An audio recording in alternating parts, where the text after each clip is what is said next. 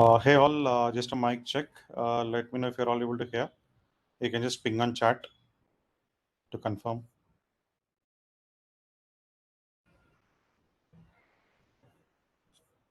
Great. I believe there should be a feature of raising a hand. You can do that also uh, to confirm something. Yeah.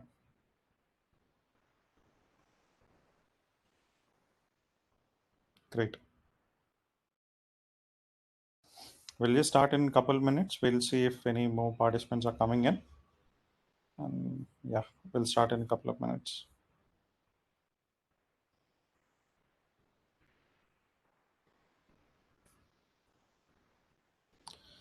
Yeah. I do want this to be an interactive session. So you can unmute yourself and please speak. So before unmuting, I believe if you are unable to mute, just raise your hands if you have a doubt or if you have a query or if you have something to speak, and then we'll unmute you and then you can speak about it. So just check the unmute, raise a hand feature and see if you're able to use that.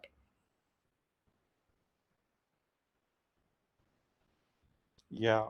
So yeah, great. So if you have something to speak, just make sure you raise your hand so that I can unmute you and then you can speak.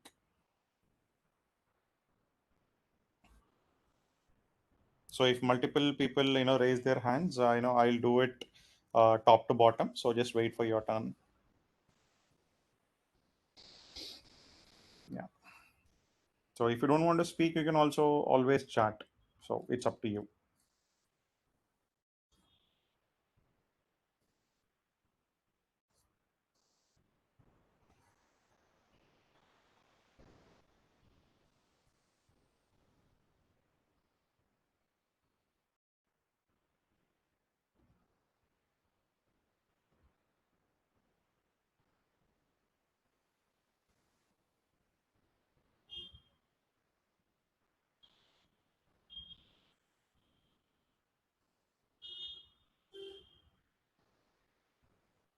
Okay. I believe that's all for today. So let's begin.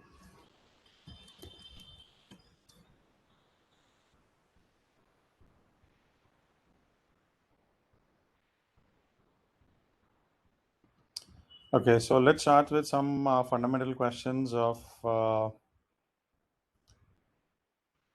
many of you know SDR? How many of you have heard about SDR? You can just raise your hands or ping on chat. Great.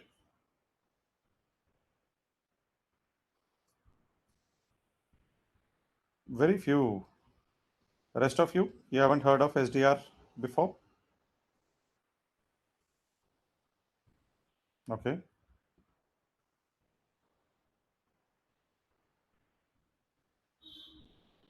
Okay.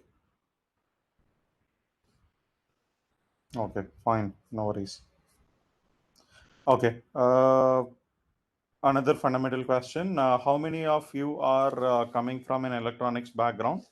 I mean, electronics and communications engineering, or something similar to electronics.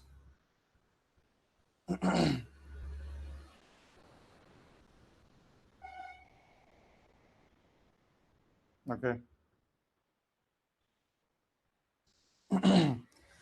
Yeah, because my assumption is that if you are studying electronics and communication engineering, I'm sure you should have heard of it. Even CSE should hear about it. Yeah. Okay. Okay. Fine. Very few from ECE, as I can see. Okay.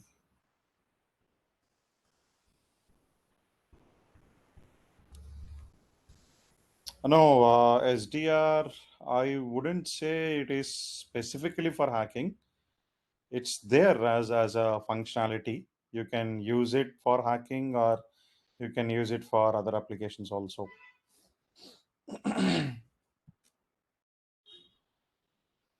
I believe, yeah, we also have polling here, but okay, no problem.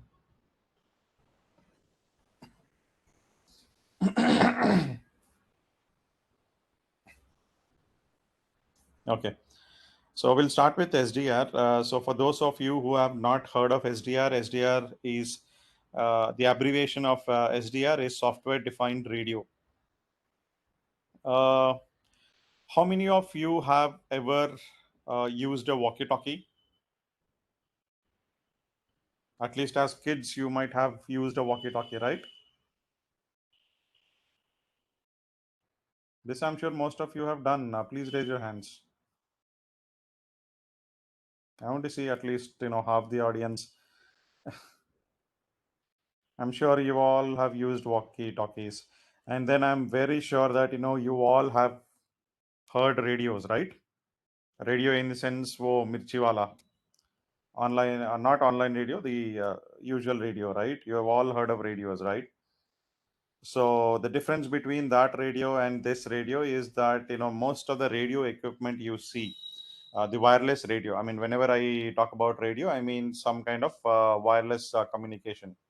So again, in communication, in general, you have two kinds of communication, right? One is a one-way communication, one is a two-way communication. So your walkie-talkie is an example of two-way communication, right? So you can talk to the other person, and then other person can actually talk to you, right? And when it comes to radio, the usual radio, the daily things in our lives, that is like a one-way communication, which means that they are broadcasting, and we are actually receiving that information, and we are converting them into audio, and we are listening to that radio, right? So that's what is a one-way communication. So what SDR is, it's a configurable radio. So if you want to make it as a listening device, you can configure it at a click of a button.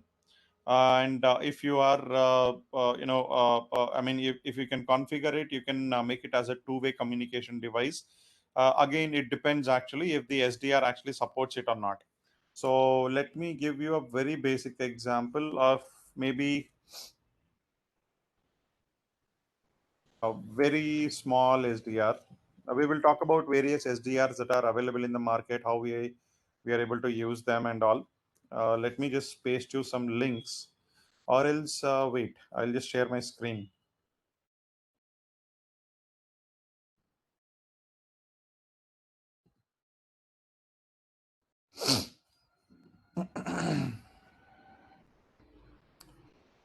Please confirm if you're able to see my browser window. You can just raise your hands to confirm.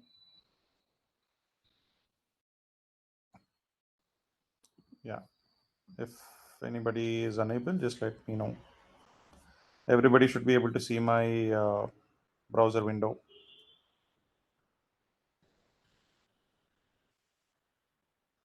Okay, great. So hopefully nobody has any issues. Yeah.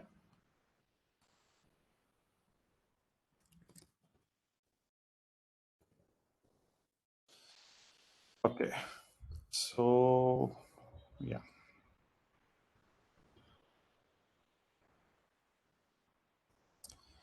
So this is a very basic SDR dongle, as we call it. So it looks, something like this. As you can see, it's a small USB device. So this is a USB device you can connect to your system, and then it can you can basically configure it to listen to tune to various frequencies. So the radio that is in your car or in your mobile phone or inside your home audio equipment is it's like it works on a specific bands, right? I'm sure radio ko apne you must have tweaked here and there to see what kind of bands are available, right? So primarily, if you see the home radio that you use daily, so you have two bands over there, right? One is FM and one is AM. So AM and FM are the two bands where certain frequencies are allotted over there. So it's like kuch to 97 nahi, it starts with I believe 87 megahertz or something like that, right? So from 87 or 90 megahertz से लेके about 108 megahertz tak is what you should be able to listen to this radio, right? The one that you usually see. So this particular device I'm just showing you, as you can see in the description. I'm not sure if you're able to see. I'm just maximizing it. So yeah, as you can see, you can listen to radio signals across a wide frequency. So the first, small SDRs, which will cost you very less. So as you can see, it only costs you around 1,931 megahertz, right? Yeah, sorry, 1,931 rupees. So which works from 24 megahertz to 1850 megahertz. So as you can see, this covers FM, AM, CW, Morse code, and other unencrypted radio signals. So if, for example, if somebody is talking in a walkie-talkie, you can actually listen to them. So and then inka distance be, it is quite good actually. I mean, it depends on the antenna that you have over here. So as you can see, this is a very small antenna, but actually you can get better antennas actually. So if you have a better antenna, for example, antennas we usually measure in dBis, right? The strength of an antenna is usually measured in dBi. And also we have various types of antennas, so we will discuss antennas maybe a little bit later.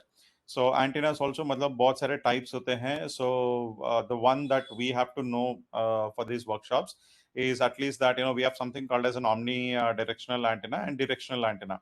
So which means that आपका जो home Wi-Fi है, for example, you have seen, I mean, everybody has some kind of Wi-Fi device in your homes, right?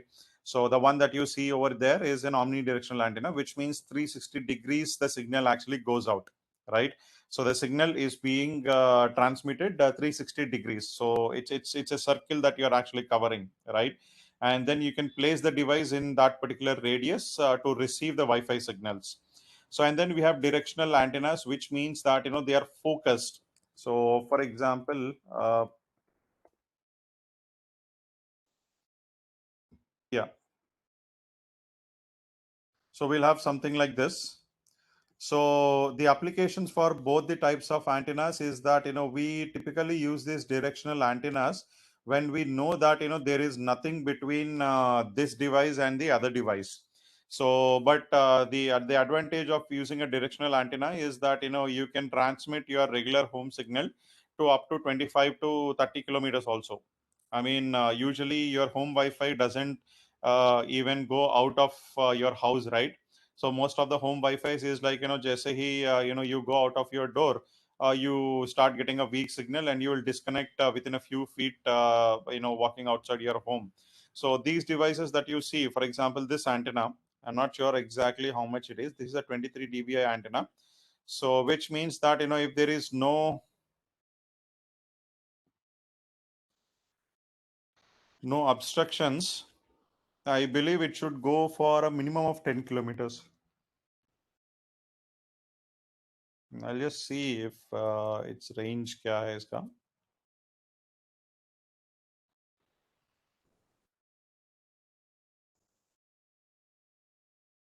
Okay, so not this maybe.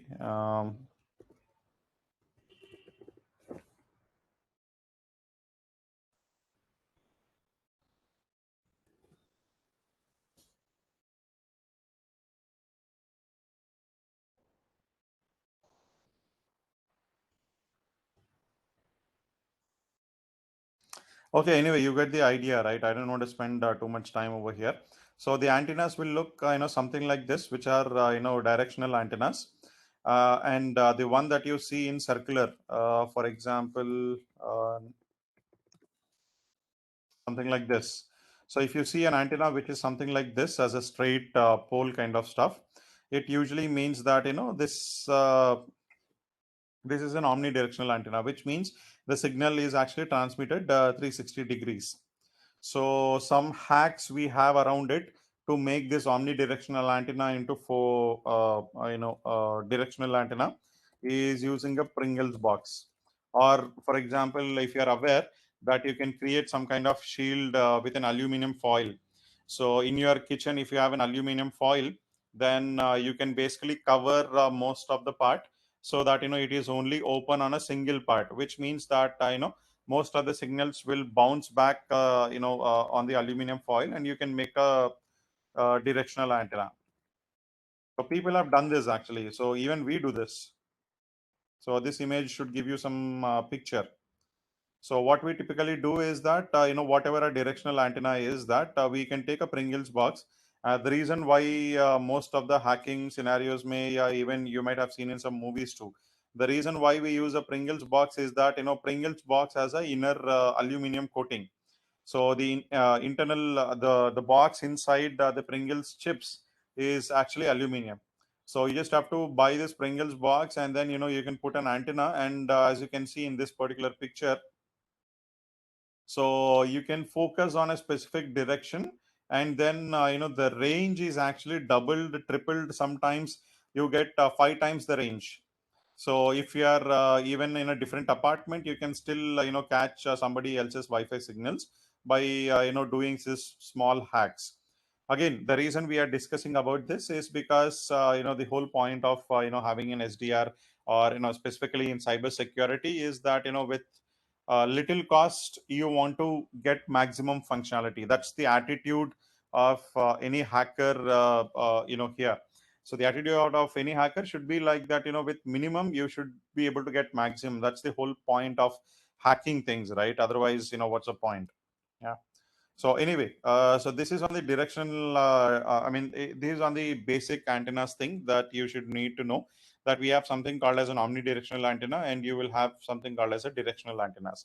And we have various types in both the things, both in omnidirectional and in directional. We have a lot of variations inside it. Okay.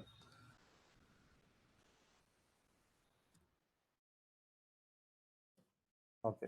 Yeah, coming back to our SDR. So depending on what kind of antenna you are using and how powerful that antenna is, also you need to make sure that the device actually supports that kind of antenna size. Sometimes what happens is that if the USB, for example, this USB you have, you can't actually connect bigger antennas to this because the power is not enough. If you connect a bigger antenna to this small device, then as you know USB works at 5 volts, right? So 5 volts, and most of the current that's actually flowing through is actually consumed by this chip itself. So which means there is very little energy that is actually being pushed into the antenna. So not much range you will be able to get. So if you want to get a good range, first thing is you need to make sure you amplify the signal, and then you give it to an antenna which is much more powerful. So you either get a 9 dBi antenna, or a 24 dBi, or a 50 dBi, or something even more. So you need to get a powerful antenna to make sure you either receive a signal which is very long distance to you, or if you want to transmit to a longer distances, then also it's the same thing. So first thing is you need to have a higher amount of power, as well as higher amount of much powerful antenna. So the small antenna will not be able to catch all the signals. So again, some basic principles that you need to know is uh, the frequency and wavelength, right? So it depends on the wavelength also. As you see, the lower frequency you actually go to, the higher the wavelength is. So they both are like inversely proportional, right? So the higher the frequency you go, the wavelength becomes smaller and smaller, right? So which means that the for the higher frequencies, uh, the size of the antenna will be much less. So as the frequency goes up, for example, if you take a 5 gigahertz antenna or a 6 gigahertz antenna, the thing is that the antenna frequency becomes too narrow actually. So which means you need to focus, or we call it as a line of sight, LOS. So the higher the frequency is, the LOS becomes more and more important. So which means if you're not in the line of sight, or if there is any obstruction, then higher frequencies will not work. So which is why आपका जो dish है, dish TV, or something like that, the satellite TV that you might have in your home, as you know, these antennas, for example, if you see the dish TV antenna, um, yeah, So you might have seen this, you might have seen this very regularly, right? So these things, as you see, if you have ever seen the specifications of this antenna, you might be, reading that, they work at about 12 to 14 gigahertz, or at least minimum 11 gigahertz to maximum would be 14 gigahertz only. I don't think so. You will find any dish which is more than 14 gigahertz, but usually it is between 11 to 12 gigahertz, or sometimes 12 gigahertz to 14 gigahertz, depending on whether you are using Airtel, Videocon, or something else, whatever it is. So what service you are using. So as you can see, what I'm trying to say here is that the higher the frequencies are, the narrow the wavelength becomes. So, for example, if you see the low frequency antenna, so we call something as loafer, not this.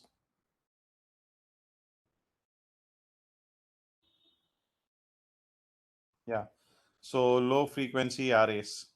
So which means the lower the frequency, the antenna size or the radial size of the antenna keeps growing up. I mean, if you want to catch low frequency signal, then you need an antenna which is much larger in diameter. So for example,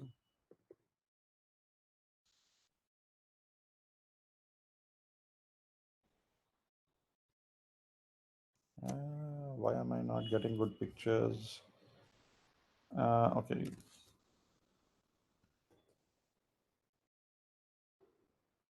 okay. Yeah. So this is what I wanted to show you. For example, if you see these kinds of antennas, it means these are primarily, I mean, these kinds of antennas are typically used in radio astronomy, wherein, they capture very low frequency, signals. So, uh, sorry, just give me a minute.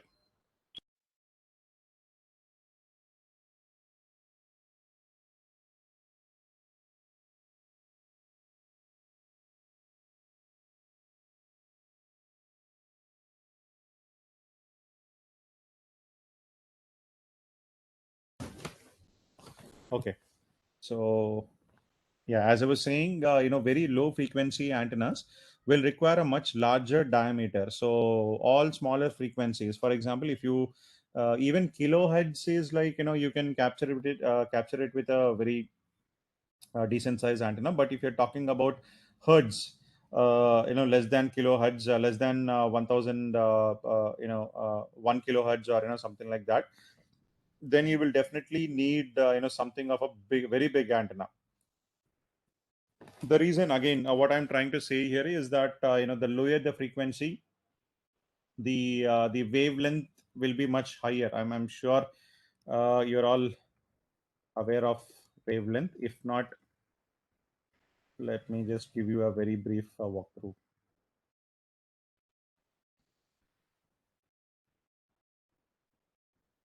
See, this is what I wanted to show you. Okay. Yeah, I hope you're able to see this image. So as you can see, if the higher the frequency, the wavelength will be much shorter. You can see over here, right? So which means that for higher frequencies, the line of sight would be very much important, because in order to catch all of that wavelength, you need to be directional, right? So it won't work as an omnidirectional for higher frequencies, whereas lower frequencies it is fine, because the wavelength is much longer. I mean, there is a long wavelength, so it's like it will be very easy for antennas to actually catch this signal. So that's the whole point actually. As I said, it's inversely proportional. The frequency and wavelength are inversely proportional. So higher the frequency, the shorter the wavelength, the longer the wavelength. Low frequency, you can say we have longer the wavelength. I mean, again, these are very fundamental concepts that you should definitely know if you want to use SDR, because I'm sure you're all participating in the hackathon, right? So all of this will matter if you want to participate and win good prizes, in the SDR. If you want to participate in the SDR hackathon, so all of this matters. At least in the level 3, these things will definitely matter, because for you have to know whether you are using the right antenna or not, whether you have tweaked to right frequency or not, whether you are decoding the signals correctly or not is something that you'll have to be very much familiar with. Again, the aim of this workshop is not to teach you everything. This is to give you what you can expect in the hackathon, so that you will be ready and you will be good enough to participate. So after this workshop, we will definitely urge all of you to do a lot of research.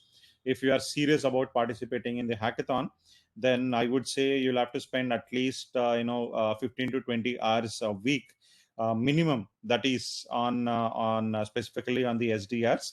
Otherwise, it becomes very difficult for you. For those, I mean, if you're very new to this. No, we'll not be giving any practical session on the SDRs. That is something for you to do. We'll only give you the basic knowledge and what is what of the hackathons are. As I say, as I just said, what you can expect from the hackathons is what we will give you. What could be the kind of exercises you should be prepared for, and as I said, you should be doing this research on your own. We will guide you, so we'll be there to guide you, but we'll not be giving any practical sessions as such.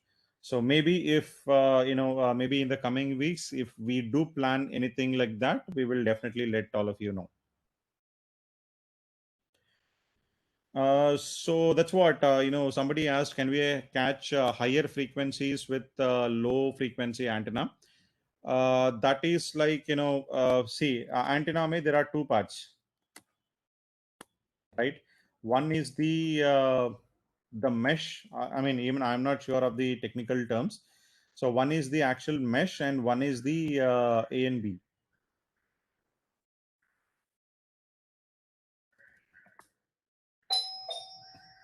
Just give me a second.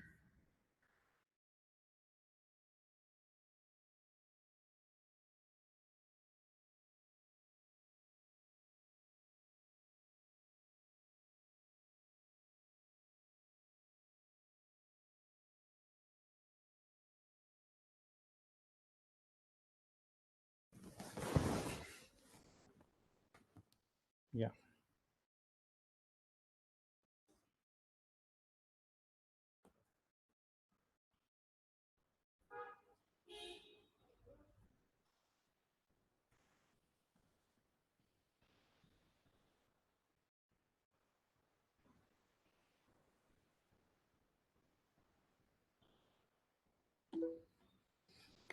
Okay. So see, I mean, technically you can catch, but yeah, you have to tweak each antenna so that it is able to catch all of that signals. As I said, I mean, if you're talking about whether you can catch the wavelength, then you can definitely catch the wavelength. But typically, we don't use those antennas because it's not practical to use a very large antenna to catch higher frequencies. So the material and all, maybe you can use, but as I said, uh, the box or the equipment that actually receives these signals, that has to be there, because mesh is not important, because mesh actually reflects all of the signals. Let me just show you back. Okay. Yeah. So the working principle of the antenna is something like this.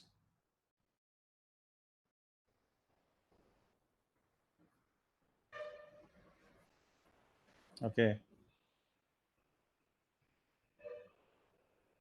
So very briefly, I'll just say, see what actually happens is that the reason why we use this reflectors, or why we use this mesh kind of thing, is that the signals are actually reflected. So whatever the radio signals are, as you can see, it's marked as one, right? So whatever is marked as one, these are like radio signals are coming, and they are hitting this reflector, and the signals are actually focused onto a single point, which is this one. So as you can see in the diagram, the signals come in this way, and they actually fall onto this sub reflector, and then if you are using a dish TV, then you can see that your LNB is actually over here. So the LNB will stay here, and it will catch all of the signals, the reflected signals over here, and then it will be able to process all of that information. right? So in these kinds of large towers, what you have is you have a frequency that is coming and reflecting over here, and this is again a sub reflector which will reflect these signals onto this third component. So this is where you will receive all of these signals, and input is taken. Yeah. So transmitting principle will always be the same. Again, this is only for your information. We will not be using these kinds of antennas for sure. So we'll only be using omnidirectional antennas, which will look something like this. Yeah. So we'll be only using these kinds of antennas. We'll not be using the other types of antennas. That's not required actually. So this is only for your curiosity, but these kinds of antennas are not needed. At least for our hackathon, we don't need that.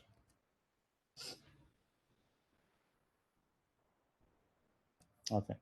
So coming back to the SDS, as I said, the what do you do with software-defined radio?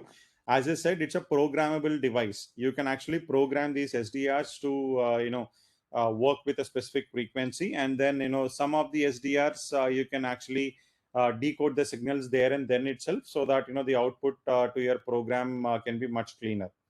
So this is what an SDR can look like. This is a very low cost SDRs, and I mean, if you pass level 1 and level 2, and if you come to level 3, then the kind of SDRs that we give you in this hackathon is called as an Lime SDR, which will look something like this.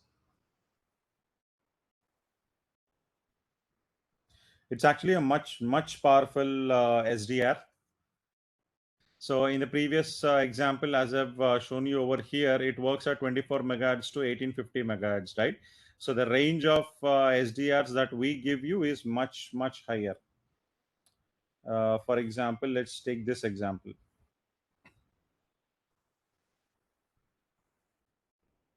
Okay. Uh,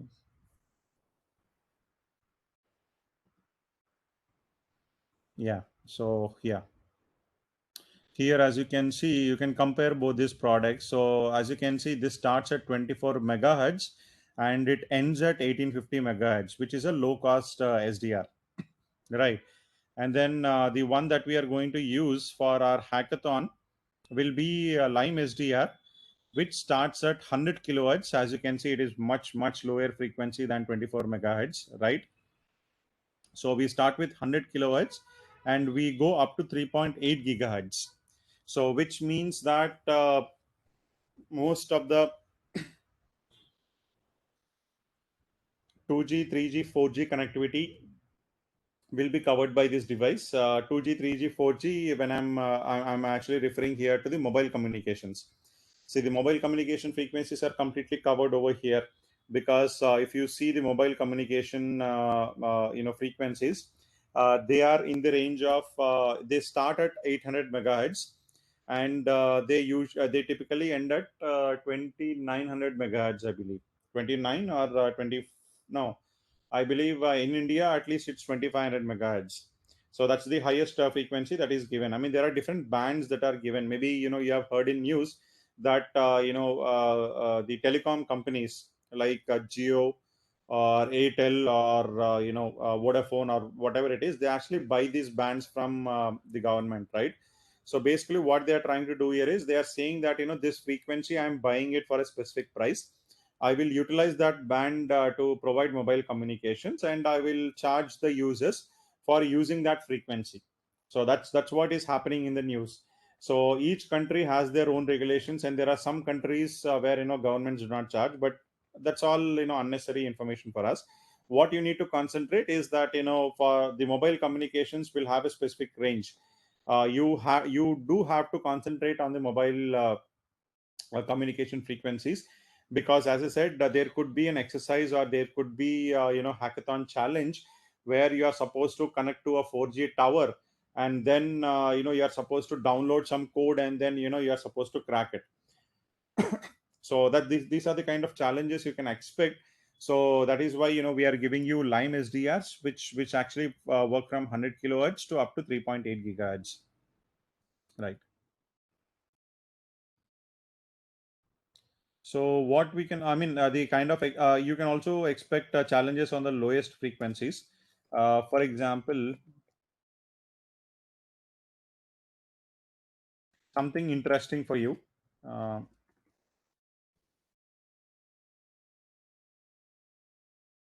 yeah. So here, as you can see, what I'm trying to say here is air traffic control. I'm sure you are all aware of what an air traffic control is, right? So the airports basically. So the communication that happens between the aircraft as well as the airport, right? So those frequencies, they actually start after 108. So you know that the radio that you listen to songs, I told you, right? It ends at 108 megahertz. So after that 108, basically there is a particular band which is assigned to ATC. So here you can see that typically it starts with around 110 maybe in US, but the actual licensed, yeah, the licenses that have been given to airports across the world is 108 megahertz to 136 megahertz. So depending on which country you're in, or which airport you're actually traveling to, so there could be some set frequencies. In India, we typically use 124, yeah, 126 megahertz for ATC communication, that is air traffic control. So yeah, you can actually tune your SDRs programmatically. I mean, it's not like you have a knob and you basically turn the knob until you get the frequency. It's not like your audio equipment. You can programmatically tune uh, to a particular frequency, and you can actually listen to those communications if your antenna is powerful, and if you are able to catch those frequencies. Yeah. So these kinds of, I mean, there could be some kind of challenges you can expect, where you have to tune to an aircraft ATC frequency, and maybe you will get some kind of communication, or there will be some kind of challenge for you over there. So what I'm trying to say here is that whatever the SDR which will be given to you, which will be handed over to you, that's when you come to level 3. So you can expect that you will have to scan all the frequencies and then find out where all the communications are.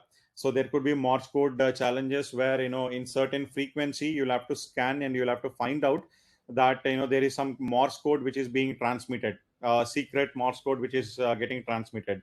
So you will have to basically capture that information, and you'll have to decode it, and you'll have to solve a challenge. So this is what you can expect from the hackathon challenges. Now, what is the kind of softwares I do to actually control this Lime SDR or any other SDRs? Is that there are various softwares. One of the common software that you will be using is called a GNU Radio.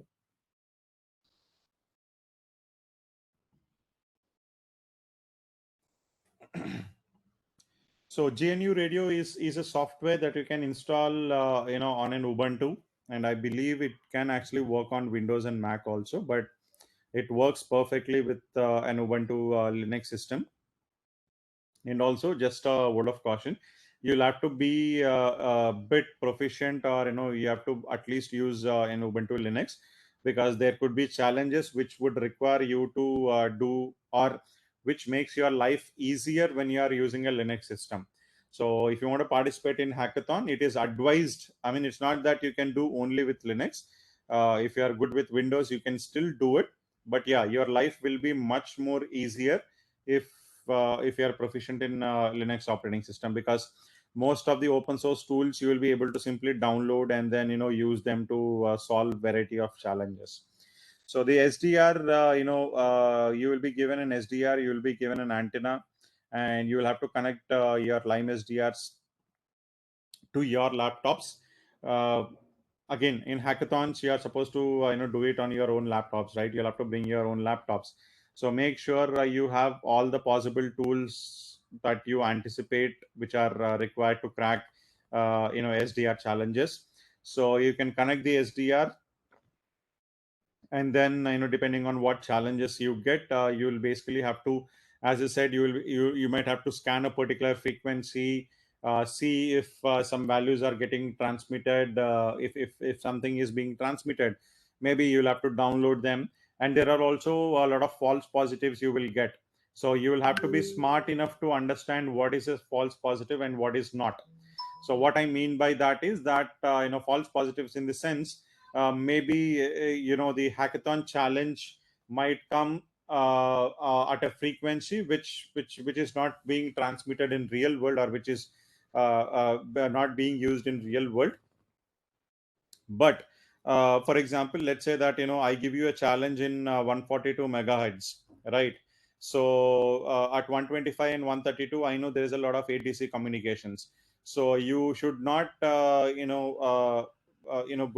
I mean, you should not spend or waste your time on real communications of ATC, and then try to decode something, or try to listen something like that.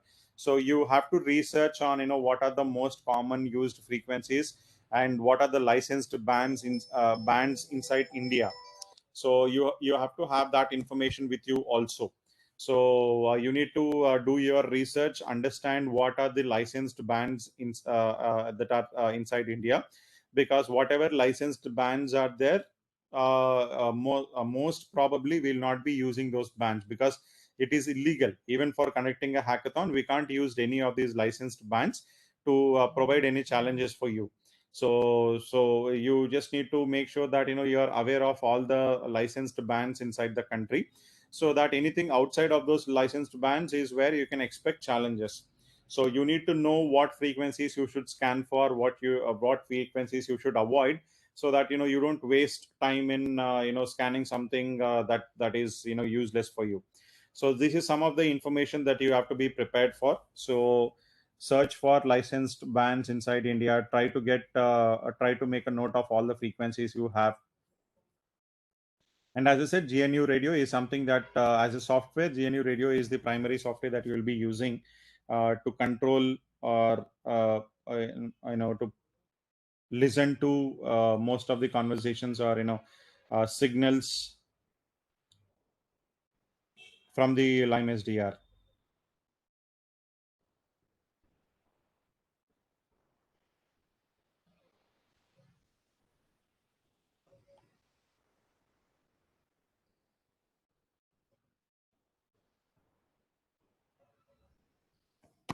Yeah. I'll take some questions now. Let's see.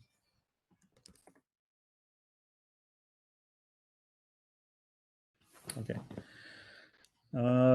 As you said, we use larger antennas.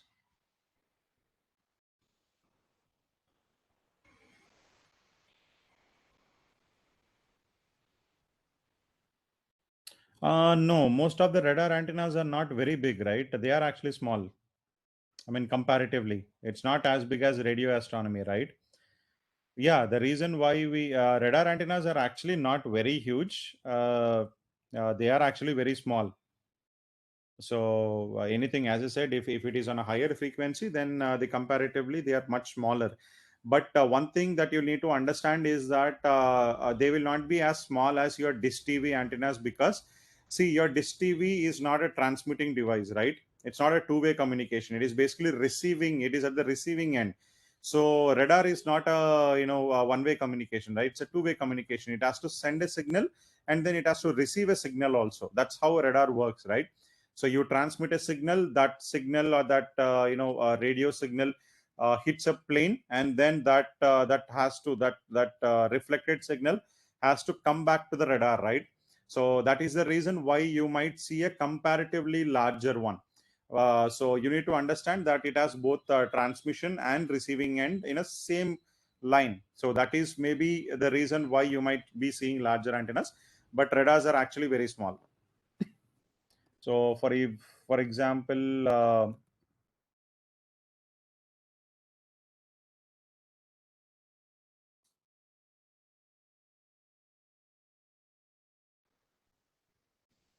yeah. So as you can see, these are some of the radars that you will have. I see that you are referring to something like these, right? So these are surveillance radars.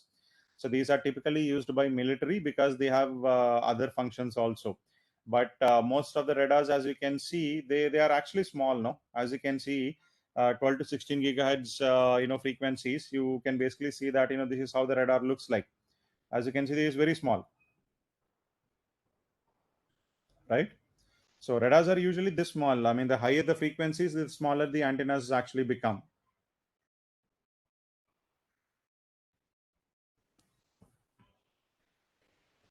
Okay. So some good research to learn to save our time. So what we'll do in Hackathon. Okay. Good resources in the sense, as I've shown you now. One thing is for sure, in Hackathon we'll be using Lime SDRs. What model number we'll be using in the Lime SDRs? I believe that is given once you start participating. I believe after you cross level 2, you will get the actual information of which model of Lime SDR you are going to get for research and participation inside Hackathon. And then, as I said, the GNU radio is something that you will be using. And then, yeah, if there are any resources, I'll paste the links down in the chat box. So where can we learn about how to use an SDR? You can basically Google. There are various SDR projects. So, for example, we have.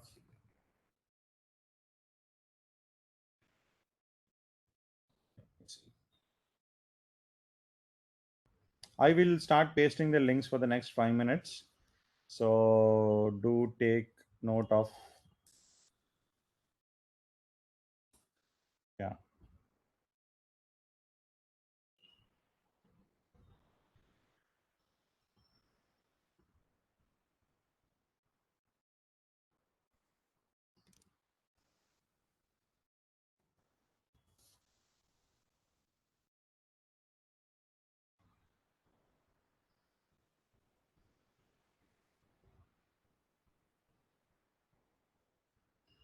Yeah, for example, open source DVB. DVB stands for digital video broadcasting. So it's like you can actually watch TV, using a Raspberry Pi, or you connect this SDR to your home system, and then you can watch the television.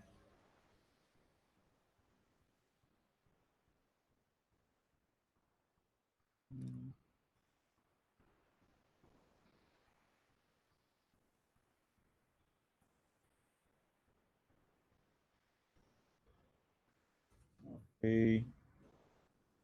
Uh, See, it's up to you if you want to buy the SDRs or not. Maybe you can buy a low cost SDR if you can, just to get that feel and just to be proficient in the SDR or GNU radio. At least software ke side pay. If you want to be proficient, if you want to test, I will definitely suggest you buy at least a small USB based SDR. Let me just check if these are available.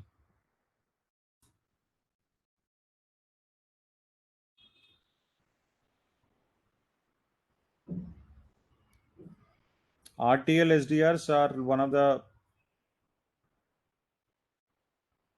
very common and very basic SDRs. Just give me a moment. Yeah, you can buy a hacker. Yeah,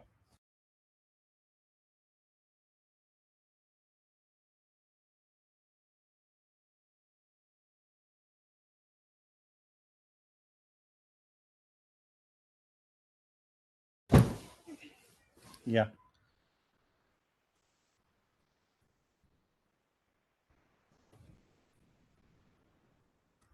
yeah. So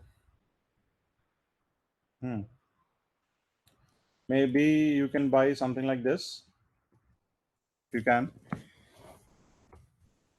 So even if not for hackathon, if you are interested in radio communications, you can definitely buy this device, and you can tweak it. I mean, you can learn a lot, on the SDR side.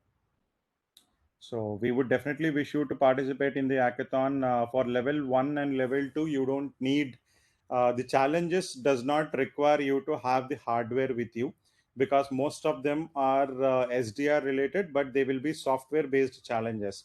So which means that primarily they will be related to Wireshark PCAP based captures or GNU radio based challenges only. So level 1 and level 2.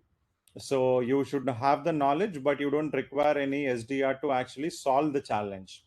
So but for the level 3 you will definitely require an SDR. Again, for level 3 I don't think so you'll have to purchase an SDR of your own, because I'm sure they are actually handing out SDRs for the participants also, but that details will come later. Once you register for the hackathon, you will, I'm sure you will be getting all of these details subsequently. That communication will be made with you, right? But for level 3 they will be handing out Lime SDRs to you, and then whatever the challenges are given, you'll have to do those challenges on the hardware itself. I mean, hardware and software combination may. So but for level 1 and level 2 there are mostly software challenges only. Okay, so I'll take some questions. There are a lot of questions. So where can we learn about how we used SDR connect 4G network and crack the code? 4G network is not easy, and SDR use करके I don't think so you'll be able to crack any 4G network. 2G 3G maybe you can. So उसका भी project से you can definitely check. Mm, but that 2G 3G के लिए, yeah, you will have to buy Blade RF or Lime SDR. Uh, Let me just remember what was that project.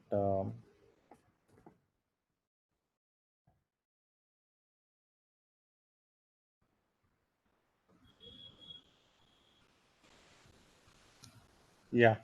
So I've pasted this openbts.org. I mean, that is just a starting point for you, the openbts.org. So that is like, how do you set up a cellular infrastructure with a Blade RF or a Lime SDR is what you can get from an OpenBTS. So once you understand how the cellular infrastructure actually works, then you can think of, how do you hack into it, right? So do we need some kind of license to listen to? See, license is required to transmit, not listen.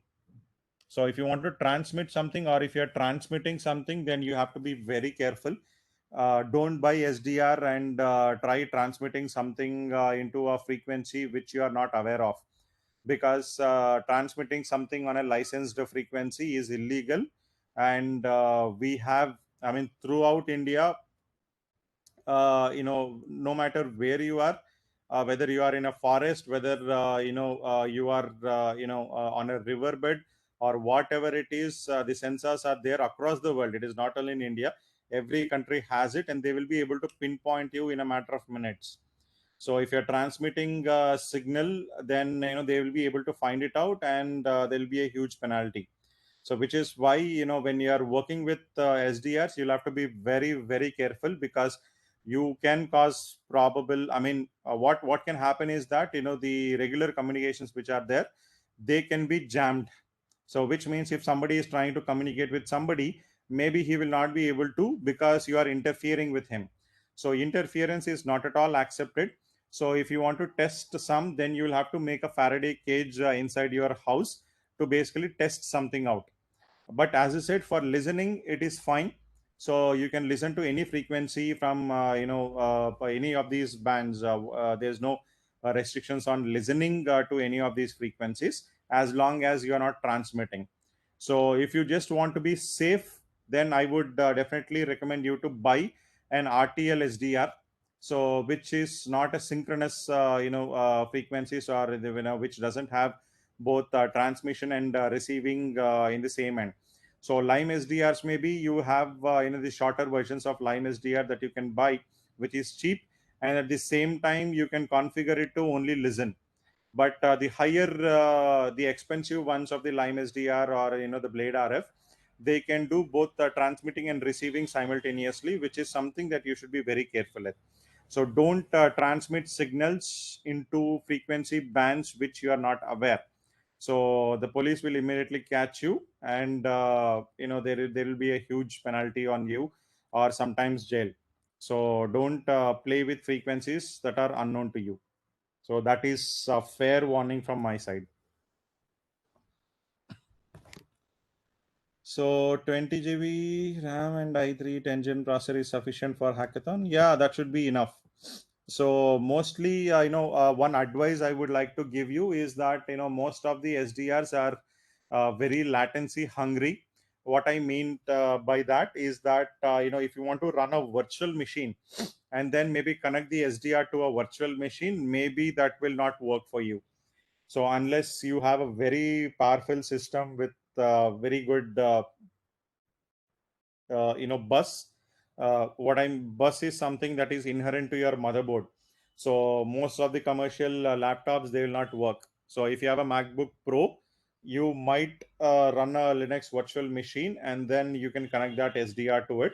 But again, as I said, it has to be very powerful motherboard. So only some of the Mac Pros will work. The 14-inch and lower one might not work. The M1 is very new, so it is not tested. So if you have a laptop, then you'll have to install the Linux on the laptop itself. You can't run it on a virtual machine, then connect the virtual machine to your SDR. It might or it might not work. I'm not sure because I've tested it out in a couple of laptops. So there's a huge latency issue from virtual machine to the SDR, so they may not work at all. So unless I install this onto my the host system, most of the challenges may or may not work. Again, that is something for you to test. So if you don't want to take that risk, then I would suggest you have a laptop and you install the Ubuntu system on the laptop itself and not on a virtual machine. So 20 GB RAM is very, very high. You don't need that much. You require a maximum of 8 GB of RAM, and quad core processor would be good enough for you. At least four cores, whether it is i3 or i5 or i7 or AMD or whatever it is. I believe four cores should be enough. So a four-core processor with, a four-core in the sense it can be two virtual cores and two physical cores also. So that is also fine. So at least you should have four cores in total, and minimum of 8 GB RAM is what is required to run most of the softwares and to crack challenges. Anything better than that is going to always help you out. So you can also install Kali Linux OS on the host system, because Kali Linux actually comes up with a lot of the tools that are already required for you, but that is up to your liking. So if you like Kali OS, then Kali OS up daldo, it becomes very easy for you. So next question is microwave, Bluetooth, Wi-Fi, etc. use 2.4 gigahertz. How can we distinguish them with SDR? Again, they might use 2.4 gigahertz, but there are certain bandwidths It's which are 12 given hours. given inside it, right? So even in 2.4 gigahertz, you will have to check the bandwidth. So what is the microwave bandwidth? What is a Bluetooth microwave? Up chhod do, because microwave you will not be using it anyway. Yeah, neither you are using mobile communications, nor you are using it to cook your food. So microwave you can leave out, but rest of the things, that there are frequency bands assigned. So if you want to know the mobile communications in 2.4 gigahertz, then you can just go to the Government of India Ministry of Telecommunications website, and then you will be able to see what are all the bands that are assigned to various telecom providers in India. So mobile communications का पूरा bands आपको वहीं पे मिल जाएगा. And then Bluetooth is a very standard one which is same across the world. So Bluetooth ka bandwidths, you will be able to get those frequencies inside 2.4 gigahertz. What frequencies are using Bluetooth is something that you will easily know. And your home Wi-Fi, so that also has a specific frequencies that will be given in megahertz. So under 2.4 gigahertz, there are certain megahertz which are actually assigned for Wi-Fi, this radio communication. So you should be able to distinguish very easily if you have that checklist with you. So I would recommend you to make some kind of cheat sheet. It's actually available. I have checked it, in some GitHub page or something like that. So if not, you make a cheat sheet, in an Excel sheet में आप सब लिख लो कि what are all which bandwidths are being used by which frequencies. That will help you easily distinguish what is what. What is a dipole antenna? You can just see the picture, no?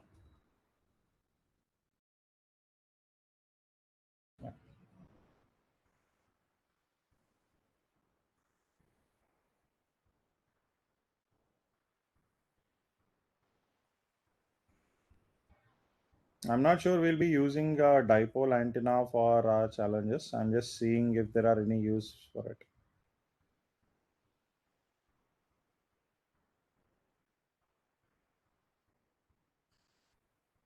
So no, this is not required for us. So as I say, a dipole antenna is just like which wherein you have two poles on the opposite side.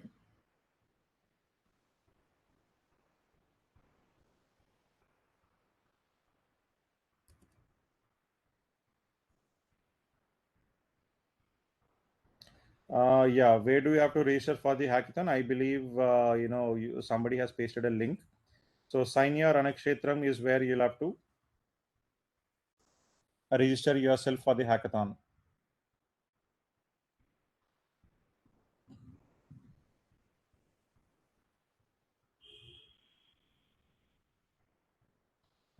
Note dot. Okay. I'll speak to the management. I'm sure you should get a recording of it. Mobile phones megahertz, in the sense they use gigahertz. Sometimes megahertz is very rare. We only have 900 megahertz range, 800 to 900 megahertz range, which most of them are not using this. Very old phones, 2G 3G might still work in 800 900 megahertz, but most of the 4G phones, they don't work over there.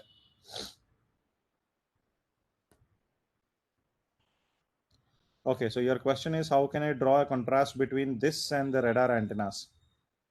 I believe I've given this explanation, right? So you see, your radar antenna has a different functionality. So again, I'm repeating. Radar has the functionality of sending a receiver and receiving it, and very fastly. There should not be any latency issues, right? So you need to understand that the most important principle or important requirement for a radar is that latency. So the way you can calculate, because radar किसके लिए use होता है? You want to track an object that is flying at Mach 3 or Mach 2 or sometimes even Mach 7, right? So, or if it is commercial planes, then it travels at a speed of Mach zero point 0.8 or zero point 0.6 or zero point 0.7, zero point 0.6, 0.7, 0.8 is where most of your commercial flights basically fly. So if you want to catch an object which is traveling that fast, then how fast the signal has to go, bounce back, and get recorded, right? Your mobile phones are not that fast. So you can actually see that there's a lot of latency between when I actually speak and when you actually receive that signal, right? So latency is not very important in mobile communications. You just need to make sure that the word goes the other way. But in radar, it's not like that, right? It all has to happen in nano or microseconds. It's not even milliseconds, it has to happen in microseconds. So that is the reason why radar antennas need to be huge, so that they can again, one more thing is that the reason why you have larger dish antennas is you want to filter out unnecessary signals. So you can't have interference, but your mobile phones have a lot of interference, right? So which means that if I bring much more stronger signal, then your mobile communications will get affected. So we can't afford all of that in radar. So don't compare your radar antennas with anything else, because radar has a lot of functionalities that it has to achieve. So which is why they are big and bulky. Whereas, as I said, your phone has one specific work, and that it can achieve with a very small frequency. That's something that you need to understand. So again, just reiterating, you don't have to buy an SDR for level 1, level 2, but it'll definitely help you out if you can buy it yourself. For level 3, again, I mean, I'm not sure, but I've heard that they will be handing out Lime SDRs for all participants who have crossed level 2 and have entered level 3. So can I buy a hack RF in India? Yes, you can. It should be available in Amazon, or it should be there is a website called mauser.in, or there is Tenet Technotronics, or something like that, which actually sells hacker devices. So you can definitely buy. There are 4 5 vendors in India who actually give hacker. So where do we have to register for Hackathon? sign-your-ranakshetram.in. The link is there in the chat box. Just check. So yeah, anything else? Yeah, recording sessions should be there, I believe. I mean, these are not, these are actually a repeat, workshops, which means the same content as we discussed today, we'll be doing next week also. We are expecting new audience to come every week. So there's no new information that will be provided in the workshops. It would mostly be repeat, maybe with some minute changes. So you can join the next Wednesday or you don't join the next Wednesday. Most of the communication that is related to Hackathon will definitely be communicated with you on your email. So all the communication will be there. If we are introducing any new content that you should be aware, then we will definitely inform you on your email. You please register it on sign-your-ranakshetram.in, and to that email we will definitely communicate if we have something new to say to you. Yeah. So yeah, you have dual boot, then it is good. You can definitely use a dual boot, but as I said, something has to be there on the host system. Don't use virtual machines because it is not guaranteed to give you results. So sometimes you will just miss a lot of beacons or a lot of communications just because your system is not able to process information very fast. See, licensed frequencies is not. See, licensed frequencies is a different thing. Encrypted signals is a different thing. Don't combine them both. So just because somebody is using a licensed frequency doesn't mean they are using an encrypted signal. So encryption is a different part. Licensed frequencies is a different part.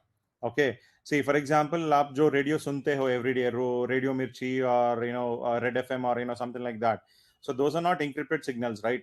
So you can make a device of your own and you can actually catch those signals.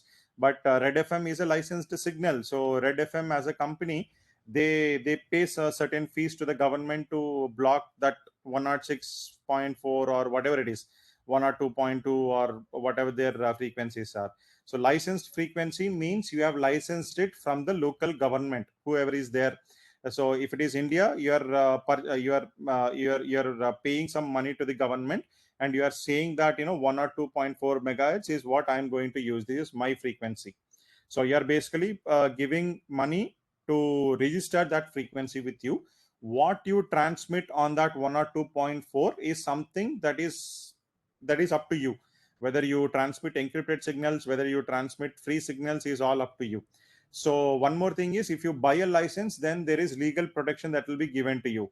So which means, if let's say that you have bought let's say 180 megahertz, so you have given some money to the government and you said 180 megahertz is mine, then nobody else in India can actually transmit on that 180 megahertz.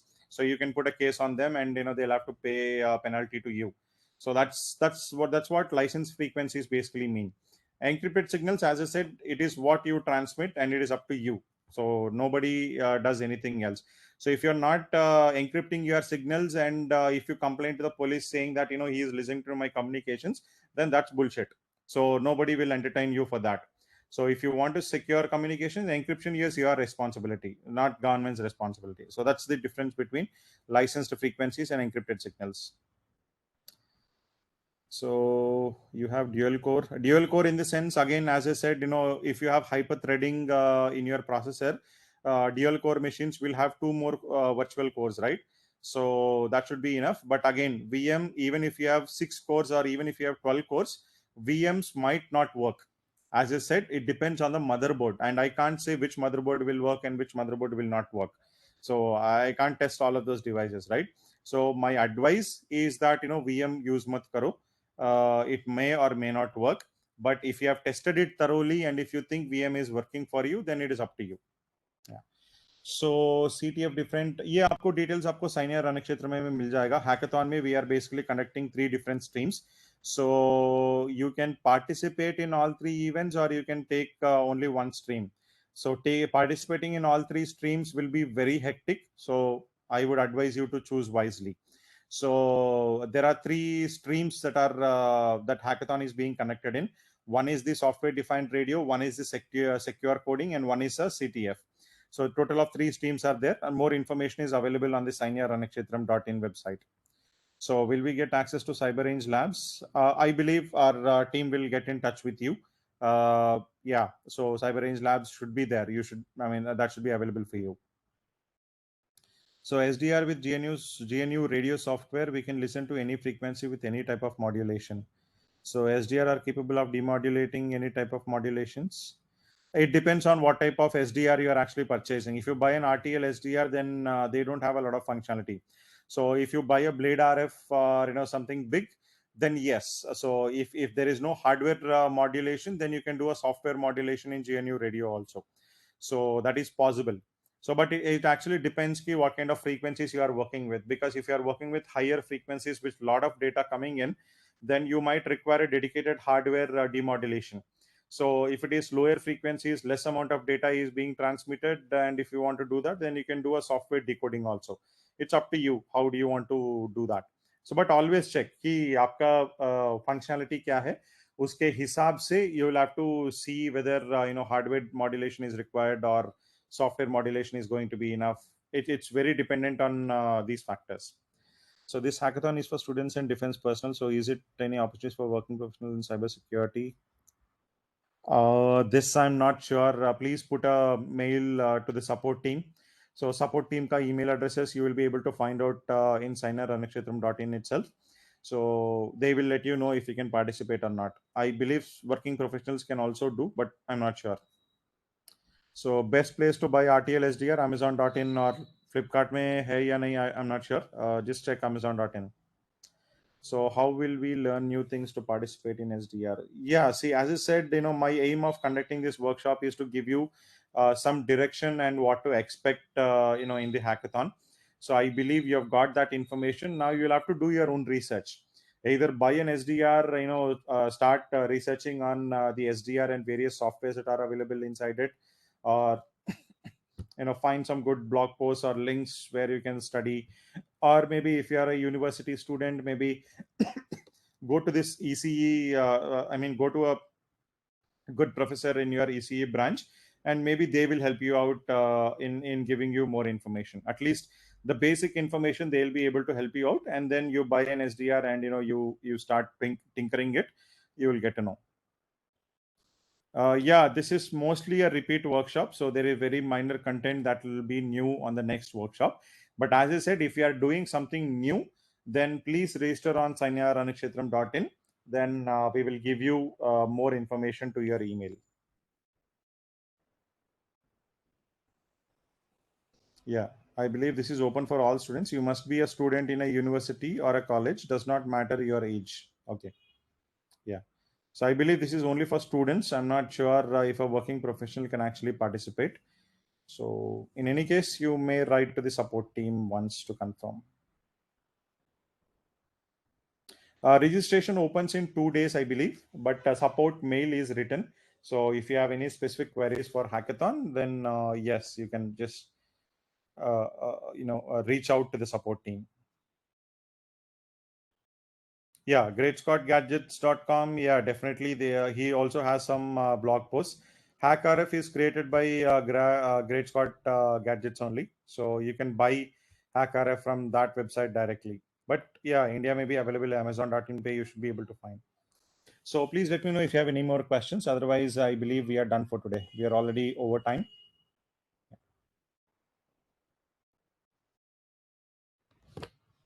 Yeah. So we'll close it in another 2 minutes. Let me know if anybody has any other queries.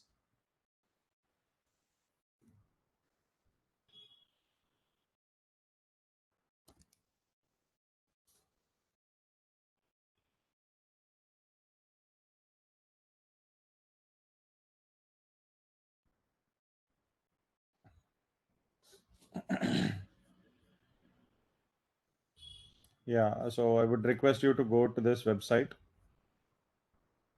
So yeah, I believe this is a forum where you can definitely log into and maybe uh, be in touch with us for any future updates. Yeah. Please browse through this website for more information.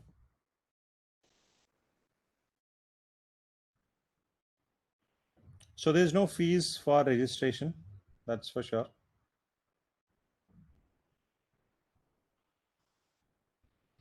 Level 3 SDR, I believe you'll have to travel down, but again, as I said, that will be communicated on a later date. But level 1, level 2, yeah, it's virtual.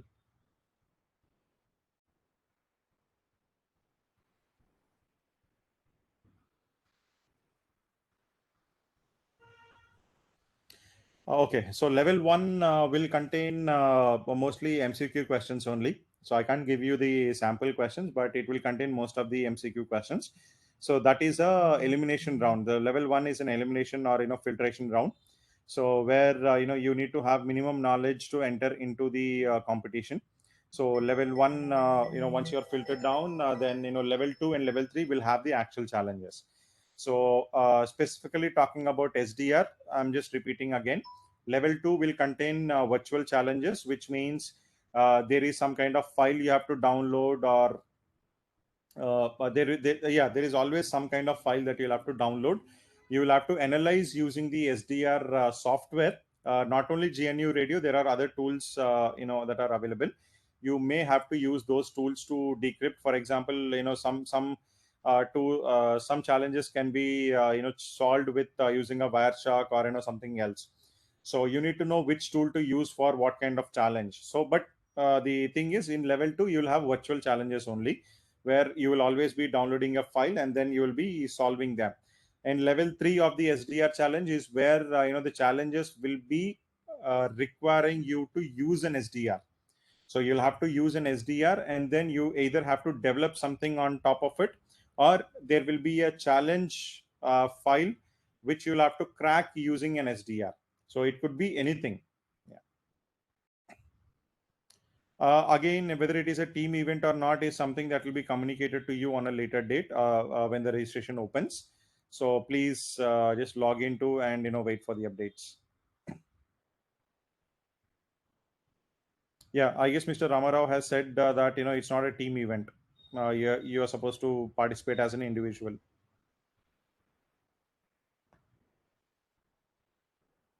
Yeah, I believe that question is already answered. If SDR hackathons are just for students, so you can see the top messages. So they have already answered key. You'll have to pursue in a university or a college.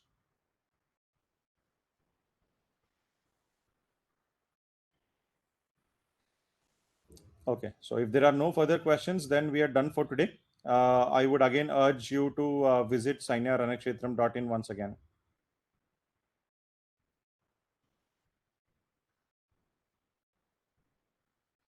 I mean, there is no limitation whether you can or cannot join. If you want to join, you can join next week also. It happens every Wednesday, same time, 11 to 12.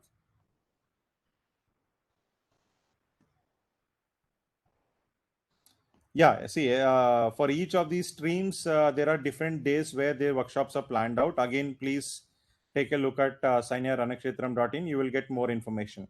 So SDR sessions will happen every Wednesday. CTF sessions will happen on a different day, and secure coding will happen on a different day. So you need to check, which dates and which timings the other sessions are available. I believe so. Please drop a message if you want a recording of this session.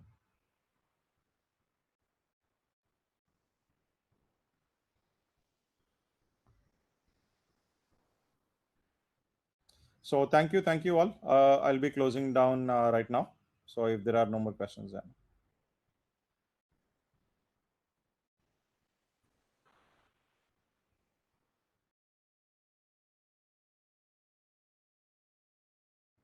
thank you all.